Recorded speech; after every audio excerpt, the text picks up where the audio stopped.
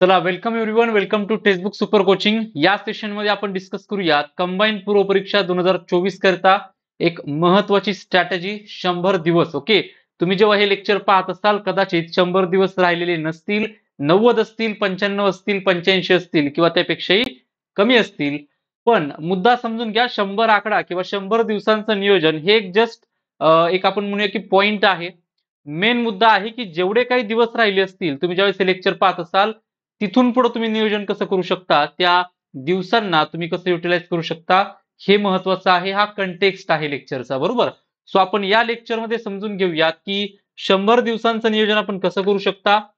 जर तुमच्याकडे आता 100 दिवस नसतील राहिले जेव्हा तुम्ही हा व्हिडिओ पाहत असाल, तर जेवढे दिवस राहिलेले आहेत तेवढ्या दिवसांचं नियोजन तुम्ही कसं करू शकता याबद्दल आपण डिस्कस करूयात. कंबाईन 2024 मध्ये जर तुम्ही अपियर होत असाल तर हे लेक्चर तुमच्यासाठी खूप महत्वाचं आहे. 16 जूनला एक्झाम आहे. डिस्कस करूयात सगळ्या गोष्टी. बाकी कंबाईन 2024 मध्ये जर तुम्ही एक्झाम देत असाल, म्हणजे 2024 मध्ये कंबाईन ही एक्झाम देत असाल, तर फास्ट ट्रॅक बॅच आपण आता सुरू केलेली आहे. जस्ट आता काही 1-2 दिवसामध्ये ही बॅच आपली सुरू होते. फास्ट ट्रॅक बॅच आहे कंबाईन पूर्व परीक्षेसाठी. यामध्ये notes, mock test, video classes, live classes, questions या सर्व गोष्टी आहेत. जर तुम्हाला एनरोलमेंट करायची असेल आणि मॅक्सिमम डिस्काउंट मिळवायचं असेल तर आपला कोड यूज करा कॅपिटल मध्ये, आणि तुम्हाला मॅक्सिमम डिस्काउंट या बॅच वरती मिळून जाईल. तुम्ही कंबाईनची फास्ट ट्रॅक बॅच म्हणजे एक प्रकारचा क्रॅश कोर्स जॉईन करू शकता. जर तुम्ही 2025 मध्ये नवीन पॅटर्न नुसार राज्यसेवेची तयारी करत असाल तर राज्यसेवेची नवीन बॅच नवीन पॅटर्न नुसार आपण सुरू केली आहे. नवीन डिस्क्रिप्टिव्ह पॅटर्न नुसार ही बॅच आहे. या बॅच मध्ये notes, mock test, video courses या सर्व गोष्टी तर आहेतच, परंतु दोन महत्वाच्या गोष्टी तुम्हाला या ठिकाणी पाहायला मिळतात. एक म्हणजे प्रिंटेड स्टडी मटेरियल, म्हणजे पुस्तकं तुम्हाला घरपोच पाठवली जातात, आणि मेंटरशिप प्रोग्राम, आपले जे सगळे मेंटर्स आहेत तर हे तुम्हाला या ठिकाणी गाईड करायला या ठिकाणी आहेत, बरोबर. एनरोलमेंट करताना तुम्हाला डिस्काउंट हवा असेल तर कोड यूज करा कॅपिटल मध्ये, आणि तुम्हाला डिस्काउंट आहे तो मिळून जाईल. बाकी टेलिग्रामला नसाल तर टेलिग्रामला सर्वांनी जॉईन करा, आणि सर टेक्स्टबुक सर्च करा, तुम्हाला टेलिग्राम चॅनल मिळून जाईल. सेशनला सुरुवात करूया, डिस्कस करूयात की 100 दिवस आणि 7 विषय. ओके, टेलिग्रामला जर नसाल तर टेलिग्रामला जॉईन करण्यासाठी तुम्ही जॉग्राफी बाय अनिकेत सर असं सर्च करू शकता.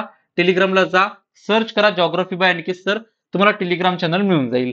बर, मुद्द्याकडे येऊयात. 100 दिवस आणि 7 विषय पूर्व परीक्षेबद्दल आपण बोलतोय, त्यामुळं आपलं जे डिस्कशन आहे ते आपण म्हणजे खूप स्ट्रिक्टली प्रिलिम्स ओरिएंटेड ठेवूयात आणि समजून घेऊयात की या 100 दिवसांमध्ये किंवा जो काही टाइम राहिला असेल तुम्ही लेक्चर पाहता तिथून पुढे, तेवढ्या दिवसांमध्ये तुम्ही हे 7 विषय कशा पद्धतीने टॅकल करू शकता. आता हे 7 विषय कोणते आहेत? सर्वांना समान दर्जा, दर्जा म्हणण्यापेक्षा आपण महत्व म्हणूया, प्रिलिम्स मध्ये सेम आहे का? जर महत्व सेम असेल तर मग काही विषयच नाही, बरोबर. सगळ्याचा अभ्यास सेम केला पाहिजे, पण ऍक्च्युली तसं नाहीये. जर आपण कंबाईन पूर्व 2023 चं अनालिसिस केलं तर आपल्याला समजेल, आणि कोणत्याही परीक्षेचं अनालिसिस केलं तर जे काही विषय असतात त्या विषयांना समान तुम्हाला कधी मार्क पाहायला मिळत नाहीत. काहीतरी कमी जास्तपणा तुम्हाला त्या ठिकाणी पाहायला मिळतो. आणि कंबाईन 2023 ची पूर्व परीक्षा ही नवीन पॅटर्न नुसार झालेली पहिली कंबाईनची परीक्षा होती. आता तो एकच पॅटर्न आपल्याकडे आहे. ओके, 2022 मध्ये सिलेबस आणि पॅटर्न बदलला. पॅटर्न म्हणण्यापेक्षा स्ट्रक्चर बदललं. ग्रुप बी, ग्रुप सी प्रिलिम एकत्र झाली, आणि 2023 ची परीक्षा ही पहिलीच परीक्षा होती ज्यावेळेस ग्रुप बी आणि ग्रुप सी एकत्र तुम्हाला पाहायला मिळाली. आता ग्रुप बी आणि ग्रुप सी या अगोदर वेगळ्या प्रिलिम्स व्हायच्या. ऑफकोर्स प्रश्न विचारण्याची पद्धत थोडीफार वेगळी असायची. आता दोन्ही पेपर एकत्र केले तर काहीतरी बदल झाला असेल, बरोबर. म्हणजे ग्रुप बी चे काही फीचर्स असतील, ग्रुप सी चे काही फीचर्स असतील. तर ना ही 2023 ची प्रिलिम्स या संदर्भात आपण अजून एक लेक्चर सेपरेट केलेलं आहे की 2023 कंप्लीट ब्रेकडाऊन ऑफ कंबाईन्ड प्रिलिम्स, ते तुम्ही नक्की पाहू शकता. आताही थोडंफार तुम्हाला माहिती सांगून देतो की जर ही परीक्षा कंबाईन झाली असेल, ऍक्च्युली म्हणजे अगोदर मेन्स कंबाईन व्हायची, आता प्रिलिम देखील कंबाईन होते, तर काहीतरी याच्यावरती परिणाम तुम्हाला पाहायला मिळाला असेल 2022च्या तुलनेमध्ये. मग तो परिणाम काय होता तो आपण समजून घेऊयात, आणि 2023 जी प्रिलिम्स आहे त्या प्रिलिम बद्दल पहिले आपण डिस्कस करूयात. पण आता हा जो मुद्दा आहे की सर 7 विषय कोणते आहेत, बरोबर, आणि त्याचं वेटेज काय आहे, तर ते पहिलं आपण समजून घेऊयात. प्रिलिमचा सिलेबस पाहूयात, आणि प्रिलिमच्या सिलेबस मध्ये आपल्याला या गोष्टी क्लिअर होऊन जातील. बघा, कंबाईन पूर्व परीक्षेमध्ये आपल्याला काही सिलेबस देण्यात आलेला आहे, ज्यामध्ये पहिला विषय आहे इतिहास. इतिहासामध्ये आधुनिक भारताचा, विशेषतः महाराष्ट्राचा इतिहास असं दिलेला आहे. भूगोलामध्ये दिले महाराष्ट्राच्या भूगोलाच्या विशेष अभ्यासासह, म्हणजे महाराष्ट्र भूगोल तुमचा प्रायमरी असला पाहिजे. त्याच्या व्यतिरिक्त पृथ्वी, जगातील विभाग, हवामान, अक्षांश, रेखांश, महाराष्ट्रातील जमिनीचे प्रकार, पर्जन्यमान, प्रमुख पिके, शहरे, नद्या, उद्योगधंदे इत्यादी. यानंतर प्रत्येक विषयाबद्दल देखील आपण डिस्कस करूयात. पहिले सिलेबस पाहूयात. अर्थव्यवस्था आहे, चालू घडामोडी आहे, राज्यशास्त्र, सामान्य विज्ञान, अंकगणित आणि बुद्धिमापन चाचणी. आता इथं 8 दिलेत, मी तुम्हाला 7 सांगितले कारण याला मी एकत्र पकडलेलं आहे अंकगणित आणि बुद्धिमापन चाचणीला. बरोबर. सो आता ह्या 7 विषयांना 2023 मध्ये कशा पद्धतीने विचारण्यात आलं होतं, त्यांचा एक प्रकार म्हणजे त्यांचं महत्व काय होतं, त्यांचं वेटेज काय होतं ते आपण समजून घेऊयात. सगळ्यात पहिले भूगोलाबद्दल बोलूया. भूगोलाचे तुम्हाला 10 प्रश्न येत आहेत परीक्षेमध्ये. ओके. 2023 मध्ये जर आपण पेपर पाहिला 10 प्रश्न विचारले जातात. आता इथे 9 लिहिलेले आहेत, त्याचं एक कारण सांगतो. 10 प्रश्न भूगोलाचे होते. त्यातला एक प्रश्न होता स्वच्छ भारत अभियान किंवा स्वच्छ सर्वेक्षणासंदर्भातला. तर स्वच्छ सर्वेक्षणामध्ये कोणतं शहर सलग 3ऱ्या वर्षी टॉपला आहे, इंदोर. तो प्रश्न आला होता, पण मला वाटतं की तो प्रश्न करंट अफेअरचा होता, पण तो भूगोलामध्ये विचारला होता. पण त्यामुळे मी काय म्हटलं की भूगोलची इथं 90 दिली ऍक्च्युली, कारण प्रॉपर जॉग्राफीचे 90 प्रश्न होते, एक करंट अफेअरचा इन्क्लूड होता त्यामध्ये. तर तो होते, म्हणजे असे 10 प्रश्न आपल्याला पाहायला मिळतात. इतिहासाचे पण 10 प्रश्न होते. राज्यशास्त्र म्हणजे पॉलिटीचे 15, इकॉनॉमीचे 15, चालू घडामोडीचे 16 लिहिले, 15 कन्सिडर करा, 15च येतील. पण आता या प्रश्नामुळे मी इथं तो एक ऍड केलेला आहे, तर 15-16 पकडून चला. सामान्य विज्ञानचे 15 आणि बुद्धिमत्ता आणि गणितचे 20 प्रश्न तुम्हाला पाहायला मिळतात. बरोबर. आता समजून घ्या, हे वेटेज जर आपण पाहिलं तर हे एकसारखं नाहीये. इथं तुम्हाला विषय पाहायला मिळतील बघा, राज्यशास्त्र, इकॉनॉमी, करंट अफेअर आणि सायन्स. या 4 विषयांना तुम्हाला समान दर्जा पाहायला मिळतो, ज्या ठिकाणी मार्क किती आहेत. ओके. या ठिकाणी मार्क आहेत किंवा 15 प्रश्न आहेत. बरोबर. म्हणजे 15 मार्क तुम्हाला पाहायला मिळतात. पण 3 विषयांबद्दल ही तुम्हाला 15 मार्कांची इक्विलिटी पाहायला मिळत नाही. अगोदर असायची, परंतु आता काय केले बघा, इतिहास आणि भूगोल हे 2 विषय 15-15 प्रश्न अगोदर विचारले जायचे. पण 2023च्या प्रिलिम्स मध्ये थोडं आश्चर्यकारक गोष्ट आपल्याला पाहायला मिळाली की 15चे 10 झाले. ओके. 15चे 10 प्रश्न विचारण्यात आले आणि इथं देखील भूगोलाचे 10 प्रश्नच विचारण्यात आले. तो हा मुद्दा समजून घ्या. भूगोलाचे 10 प्रश्न, इतिहासाचे 10 प्रश्न, म्हणजे बाकी विषयांच्या तुलनेमध्ये या 2 विषयांचे प्रश्न थोडे कमी आले होते. आपण अपेक्षा करूया की 2024 मध्ये पण हाच पॅटर्न फॉलो होईल. इक्विलाइज काय होणार नाहीये, कारण ऑलरेडी स्टेट आहे बघा. कारण हे जे मार्क वाढले किंवा आता इथं जर कमी झाले असतील तर कुठेतरी वाढले असतील, तर ते वाढलेले आहेत. तिथं बुद्धिमत्ता आणि गणित मध्ये 20 क्वेश्चन्स तुम्हाला पाहायला मिळतात. 20 प्रश्न. ओके. तर सर्वाधिक प्रश्न प्रिलिम्स मध्ये तुम्हाला मॅथ्स, रिझनिंगचे पाहायला मिळतात आणि बाकी विषयाचे 15-15 प्रश्न पाहायला मिळतात. आता हे झालंच तुमचे विषय, म्हणजे 7 विषय आणि त्याबद्दलचं वेटेज. आता येऊया आपण ऍक्च्युअल मुद्द्यांकडे आणि डिस्कस करूया काही पॉइंट्स. बघा, 100 दिवस आहेत, 7 विषय आहेत आणि 14 आठवडे आहेत असं आपण पकडूयात. जर 7 विषय असतील, 14 आठवडे असतील, कॅल्क्युलेट करायला गेलो तर एका विषयाला फक्त 2 आठवडे आहेत. ओके. पण 2 आठवडे काही कमी नाहीयेत. तुम्ही खूप चांगल्या पद्धतीने विषय रिवाइज करू शकता, कव्हर करू शकता असं नाही म्हणणार, रिवाइज खूप चांगल्या पद्धतीने करू शकता. पण सर, प्रॉब्लेम हा आहे की आता आपलं काही सगळं वाचन झालेलं नाहीये, काही ना काही प्रत्येक विषयातलं बाकी आहे. प्रत्येक विषय, असा कोणताही विषय नसेल की जो कंप्लीट केला आपण, काही ना काही त्याच्यामध्ये पॅचेस राहिले असतील आणि हरकत नाही, नॉर्मल गोष्ट आहे. बरोबर. ही गोष्ट काही अशी वेगळी नाहीये. राहिले असतील हरकत नाहीये, वेळ अजून पण आहे आपल्याकडं. आपण एक काम करूयात, पुढच्या काही दिवसांमध्ये, म्हणजे आजपासून जर पाहिलं आपण तर 90 दिवस, 95 दिवस काय जे राहिले असतील, या दिवसांमध्ये एक दिवसाचं लिमिट ठरवून घ्या की पुढच्या 20 दिवसामध्ये, ओके, किंवा पुढच्या 30 दिवसामध्ये आपल्याला राहिलेले पॅचेस कंप्लीट करायचे आहेत. ओके. काय करायचे आपल्याला, प्रत्येक विषयामध्ये. सर, पॉलिटीचा अभ्यास केलाय पण आयोग नाही वाचते, किंवा आता जे काही कंबाईन सिलेबसला असेल त्या संदर्भात पॉलिटीचा अभ्यास केलाय पण राज्य विधिमंडळ वाचायचं राहिलंय. बरोबर. म्हणजे असं जर काही राहिलं असेल तर ते पॅचेस कंप्लीट करणं गरजेचं आहे. भूगोलाचा अभ्यास केलाय पण नदी प्रणाली राहिली किंवा पर्यटन राहिले, शेवटचे काही पार्ट राहिले, उद्योग. बरोबर. ते कंप्लीट करा. जनगणना वाचायची राहिलेली आहे, सेन्सस राहिलाय वाचायचा. बरोबर. तर हे जे पॅचेस तुमचे तुम्हाला माहित असतील, प्रत्येकाचे वेगवेगळे पॅचेस असतील, प्रत्येकाचा वेगवेगळा अभ्यास बाकी असेल. तर एक टाइम लिमिट ठरवून घ्या, जेवढं कमी असेल ते चांगलं असेल, की 20 दिवस, 10 दिवस, जेवढं राहिलं असेल अभ्यास त्याच्या अनुषंगाने आपण तो टाइम लिमिट ठरवला पाहिजे. आणि ठरवा की एवढ्या दिवसांमध्ये आपल्याला हे कंप्लीट करायचं आहे पॅचेस आणि त्यानंतर तुमची रिव्हिजन सुरू होईल. मग हे किती लवकर म्हणजे किती लवकर कंप्लीट करायचं हे आता तुम्हाला ठरवायचंय. कारण जर असंच चालू राहिलं तर आपण याच स्पीडने पुढे जाणार आहे, बरोबर? आणि मग राहतील 50 दिवस, 40 दिवस, 30 दिवस आणि मग वेळ हातामध्ये नसेल तेव्हा रिव्हिजनच करावी लागेल. नवीन वाचण्याला काही स्कोप राहणार नाही. पण जर तुम्हाला असं वाटत असेल की सर मला जे राहिलेले पॅचेस आहेत ते कंप्लीट करायचेच आहेत, आतापर्यंत एवढं केलंय ते हे कशाला ठेवायचं, बरोबर? तर तुम्ही एक टाइम लिमिट ठरवा, डेडलाईन ठरवा की इथपर्यंत ते पॅचेस, ते राहिलेले सगळे मुद्दे तुम्हाला वाचायचे आहेत. ओके, भले 10 दिवसात उरका, 1 आठवड्यामध्ये, 1 महिन्यामध्ये, काय हरकत नाही.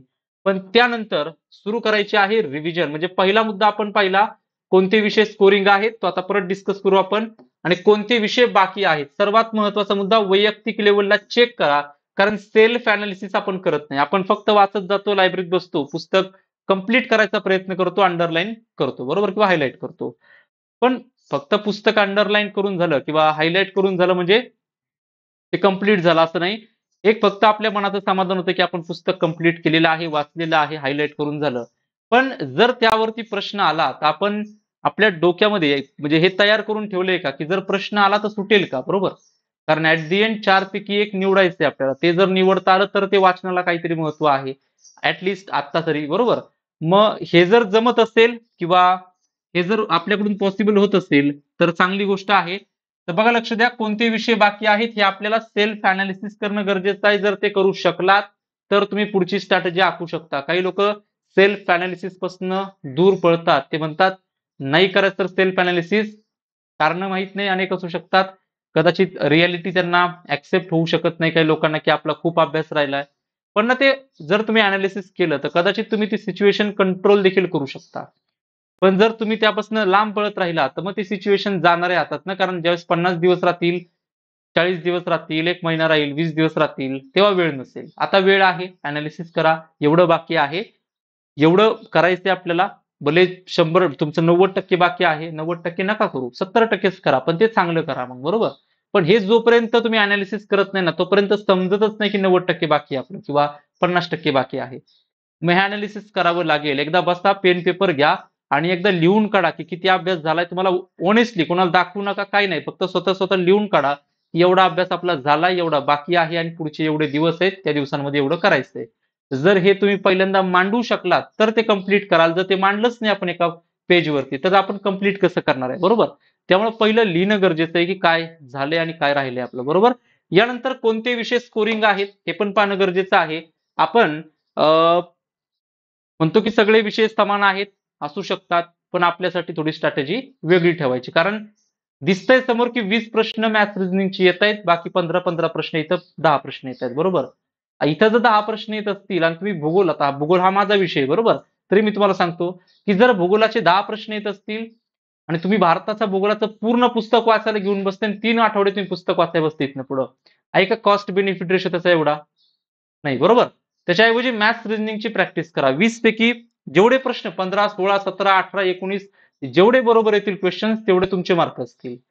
म्हणजे इथं पण 2 प्रकारचे विद्यार्थी असतात की सर मॅथ्स रिझनिंग जमतं, काहींना अजिबातच जमत नाही, बरोबर? मग तुम्ही डिसाईड करा की तुम्हाला जर मॅथ्स रिझनिंग जमत असेल तर ट्राय करा की 20 पैकी मॅक्सिमम मार्क तुम्ही घ्याल. 20 पैकी मॅक्सिमम 20 पण असू शकतात, बरोबर?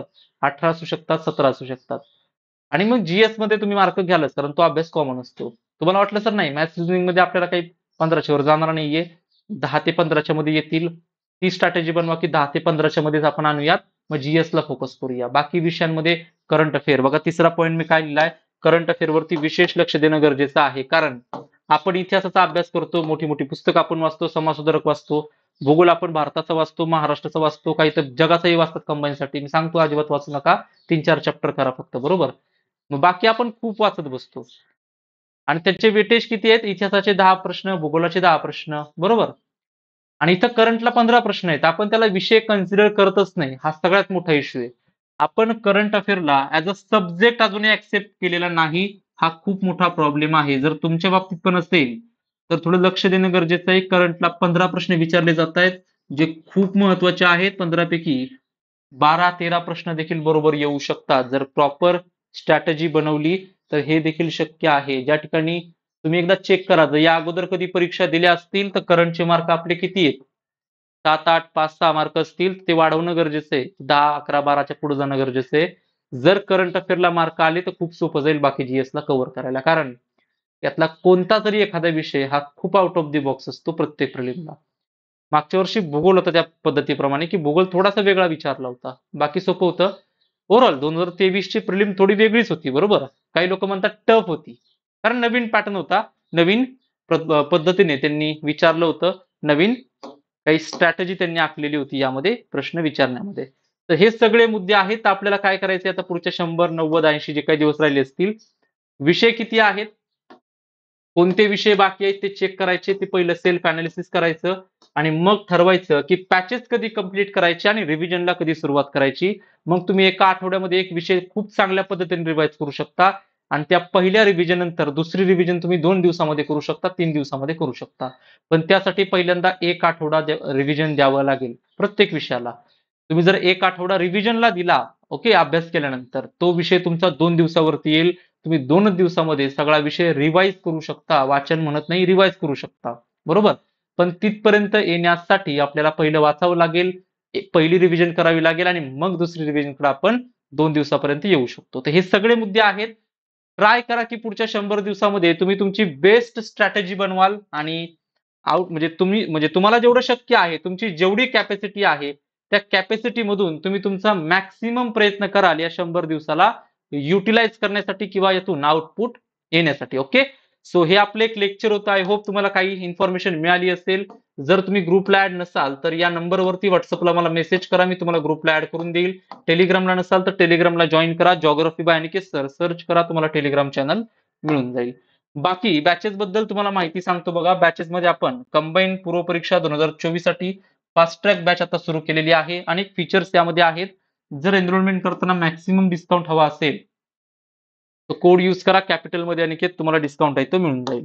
यानंतर तुम्ही जर राज्यसेवेची तयारी करत असाल, राज्यसेवा नवीन पॅटर्न, ही देखील बॅच आपल्याकडे अवेलेबल आहे. तुम्ही या बॅच मध्ये एनरोलमेंट करू शकता.